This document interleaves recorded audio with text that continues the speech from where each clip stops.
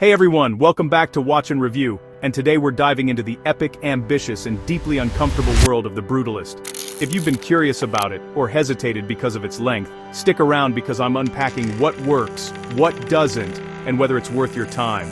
Fair warning, we'll touch on some heavy themes, but no major spoilers until the final section.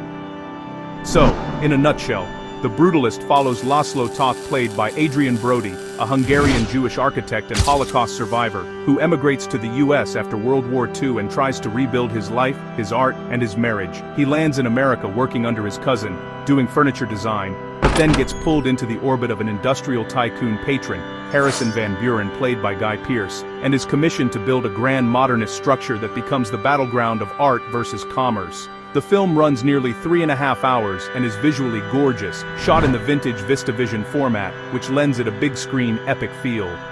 What works? Performances and character. Adrian Brody gives a deeply committed turn here. He embodies Laszlo's trauma, ambition, self-destruction, and longing.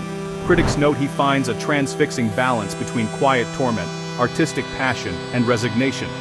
Guy Pearce, too, brings a chilling mix of patronage and power play, a character who both admires and exploits the artist. 2. Visuals and design. The film is stunning to look at.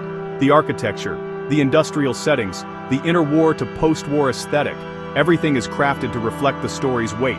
Photography, production design, and the VistaVision format all elevate the film into something memorable. 3. Themes and ambition. The movie tackles big ideas: immigration, the American dream, trauma, art versus commerce, legacy, and the cost of survival. It doesn't shy away from the uglier aspects of success and assimilation. For example, one review says the film recasts the American dream as poison. What doesn't work?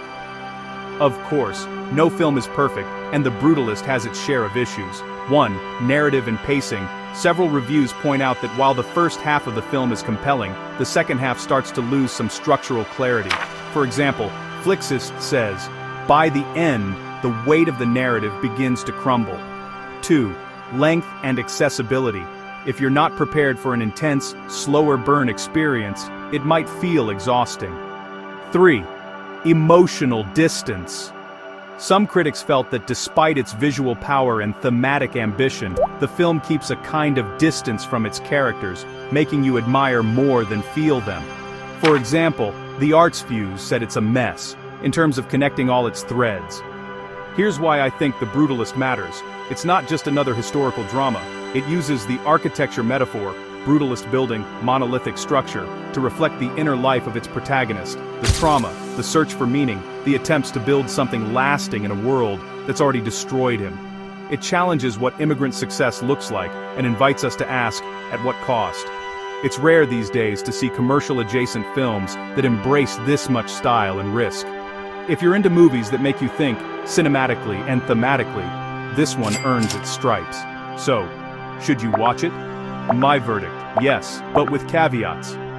If you love cinematic epics, you're okay with heavy themes, and you're ready for a long, immersive ride, then The Brutalist is absolutely worth your time. If you prefer tighter storytelling or lighter fare, you may find it grueling.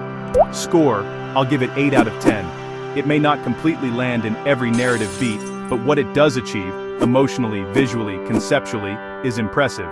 Thanks for watching. If you enjoyed this review, hit the like button, subscribe for more, and ring the notification bell so you don't miss future reviews.